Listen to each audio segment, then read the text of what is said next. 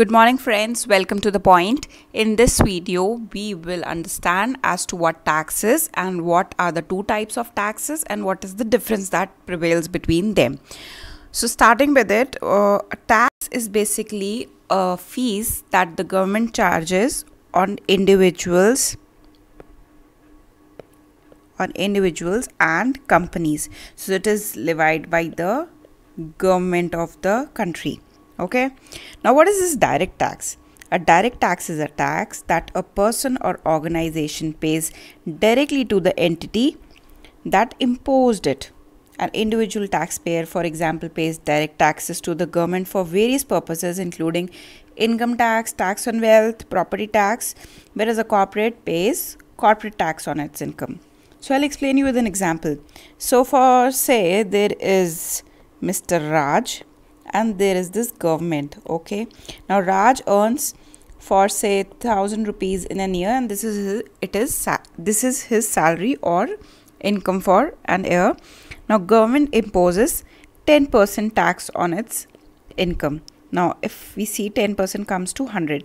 Now the first point, a tax where incidence, so this incidence if you see is on Raj, that the government is going to Raj, hey Raj, knock knock, and please pay the income tax. Okay, so Raj says okay, so the incidence is on Raj, as it is clear. Also the impact is on Raj only. Raj cannot shift the burden of paying this 100 rupees to his parents or to his neighbors or to siblings or to the children. It is the Raj himself who has to pay this 100 rupees on the income of 1,000, because it is a tax on its own income. So that is why it is called income tax, and because it is Raj's income, so he has to borne the tax over it. Taxes like wealth tax, because wealth is also a personal thing, so we have to pay tax on it. Property tax, and in cases of corporate, they don't have income tax, it is the corporate tax that is levied on its income. So in case of direct tax, if you see this diagram also, there's a direct link between the taxpayer and the government of the country. As mentioned here, the incidence and impact is on the same person. Now this is the indirect tax. An indirect tax is type of tax where the incidence and the impact of taxation does not fall on the same entity. This is the incidence is on person X, whereas the impact of the tax is on person Y. So we will understand with this with an example. So let's suppose again we'll take Raj. Now Raj is going to some restaurant to eat food. Let's say he goes to McDonald's. Okay, and there he buys a burger and fries for himself. On that he has to pay what? GST, yeah, goods and service tax. And say on the bill, we will take an hypothetical example. Let's suppose GST comes to rupees 20. Okay, now the government will knock whose door? Hey knock knock Raj, or hey knock knock McD. So the government will go to McD. Hey McD, give me the tax on the burger that you sold to Raj. McD say okay, I'll pay it to you.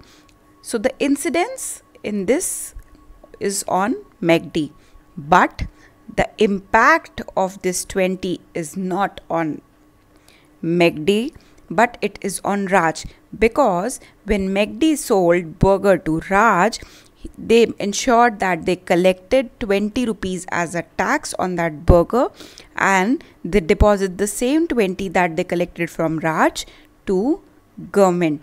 So McD is doing what? It is just collecting tax on behalf of Raj and depositing it to government. So the incidence in this case is on McD, but the impact is felt by Raj because he has to shelve 120 instead of 100 for the burger, and the 20 constitute is what? The taxation amount. So in case of indirect tax, the incidence and impact is on two different entities. In case of indirect tax, the tax burden is shifted by the taxpayer to someone else. in this case the taxpayer is MACD, and as you could see, they shifted the tax burden to Raj when he came to buy a burger from McDonald's. The newly launched goods and service tax is also an indirect tax where the tax is levied on one person, whereas collected and deposited by someone else. Collected and deposited, McDonald's, you can remember by this, whereas it is levied on Raj. So before GST came into picture, there was indirect tax like VAT, there was excise, all this was there, and this came under the ambit of indirect tax. Now you can see this is Raj. You can easily remember with this diagram, you will never forget. There's Raj, there's a middle person on whom there's incidence of tax, which is McDonald's, and this is as usual government. Yeah, I hope it is clear. Now we will look into what is the difference between direct tax and indirect tax. Now direct tax are the taxes in which the incidence and impact falls on the same person, as I've already explained, and it is on the two different persons as I told. Nature of tax: the direct tax is progressive in nature, and this is regressive in nature. So now what is this progressive and regressive? So if we talk about what is progressive, so progressive means as and when the quantity or income increases, the amount of taxation also increases. Let's suppose if you earn, I hope you know there is, you are aware of this fact that there is income tax slab. If you are not, then please check out with your fathers. They must be knowing it because they are paying income tax for the family. So I will explain it right now also. So let's suppose there is, you earn ₹1,000. So the government says if you earn something between 1,000 to 5,000, you have to pay tax at the rate of 10%. If your income increases and it is from 5,001 to 10,000, you have to pay tax at the rate 20%. Now if it is above 10,000, okay, it is above 10,000, you are liable to pay tax at the rate 30%. Now if you could see this trend, that as and when the income is increasing from this slab to from 1,000 to 5,000 and 5,000 to 10,000 and more than 10,000, the tax rate is also increasing. So this is progressive in nature. As and when the quantity or the amount earned increases, the tax rate also increases from 10 to 20, 20 to 30. Now what this regressive is, let's suppose there is Mr. X and Mr. Y. So Mr. X is a person who earns just 100 a month, and Mr. Y is a person who earns 10,000 a month. So there is a lot of difference between the financial status of Mr. X and Y. Now both of them go to market to buy a packet of Parle-G. Okay, now Parle-G, let's suppose, is ₹10, and on this both X and Y has to pay ₹1. So X goes buy a packet, pays ₹1 as a tax. Y also goes buys a packet of ₹10 and pays ₹1 as a tax. Now if you see, the tax of ₹1 which was given by Mr. X forms 1% of his income. So Mr. X is giving 1% of his income as a tax on buying just a Parle-G packet, and if he buys more products, so he has to shell out more as tax, but as of now he has to pay 1% of his income, which is ₹100, as a tax. But if you see that this ₹1 forms just 0.01% of Mr. Y's income. So if you see, Y's income is more, which is 10,000, and just 0.01%, which is something very peanuts, or it hardly matters to Mr. Y, who is earning 10,000, just to shell out 0.01% of his income. But if you see, in the case of Mr. X, 1% of his income is going just as a tax on one single product, right? So the product is same, the tax is same, but the impact which it is making on salaries of both the person is huge. There's a huge difference between that. So a poor person, in this case, which is Mr. X, has to pay a bigger chunk from his income, while it doesn't even matter to Mr. Y paying just 0.01% of his salary as tax. So that is why it is called regressive in nature. So regressive tax is a tax where, irrespective of whatever income you earn, you have to pay the similar amount of tax.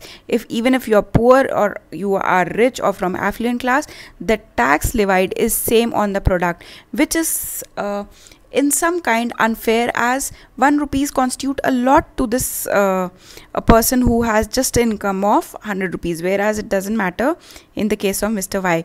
But whereas if you see in case of progressive or this direct tax, which is progressive in nature, you need to pay more only when you earn more. You don't have to pay a similar amount irrespective of your income, which is the case of indirect tax. So indirect taxes are regressive in nature. The taxable event, taxable income. So what is this taxable event? An event the occurrence of which attracts taxes. So that is taxable income. Whenever you come in the ambit of taxable income or taxable wealth, you are supposed to pay. That taxable event arises, then you are supposed to pay the tax.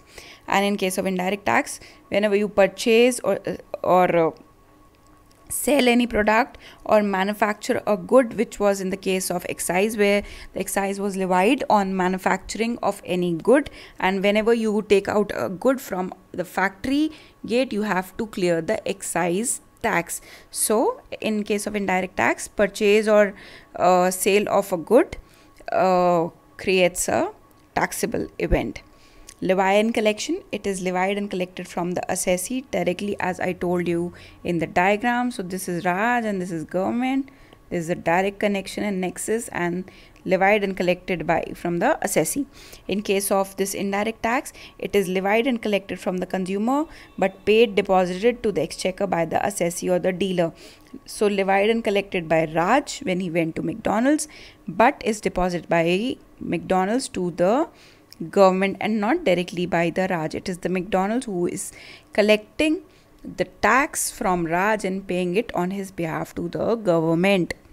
Shifting of burden. Shifting of burden is not possible in the case of direct tax, and in case of indirect tax it is possible. Tax collection. Tax is collected after the income for year is earned or valuation of asset is determined on the valuation date. But in case of indirect tax, it is paid at the time of sale or purchase of goods and services, as I told you in the example that the moment Raj went to buy a burger, so there was a tax levied along with the burger, which was 20 rupees, and he has to clear the tax there itself, and he cannot defer it or pay at the year end that just give me the burger right now and I will clear the tax at the year end. No, that is not possible.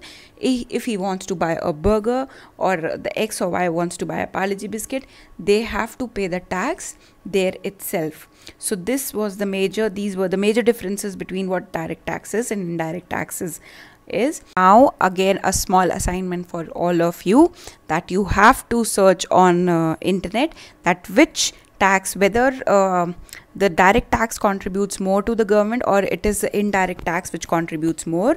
I will just give some information that after this pandemic hit our country, it is the ratio of indirect tax has tremendously increased, as if you have noticed, direct tax is levied on what incomes and salary of the people.